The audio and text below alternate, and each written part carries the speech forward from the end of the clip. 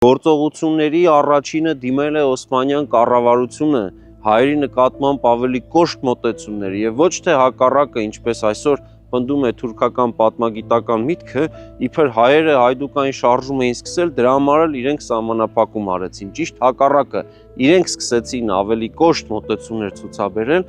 եւ եղավ դրան հակառակ ռեակցիա հայկական միջավայրում։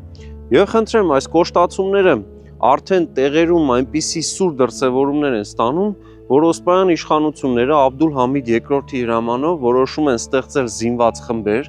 հետյալ խմբեր, ընդ որում հիշեցնեմ, որ հայկական միջավայրում բացառությամբ Սասունի եւ Զեյթունի արգելված էր օրինակ սովորական բան ձի հեծնել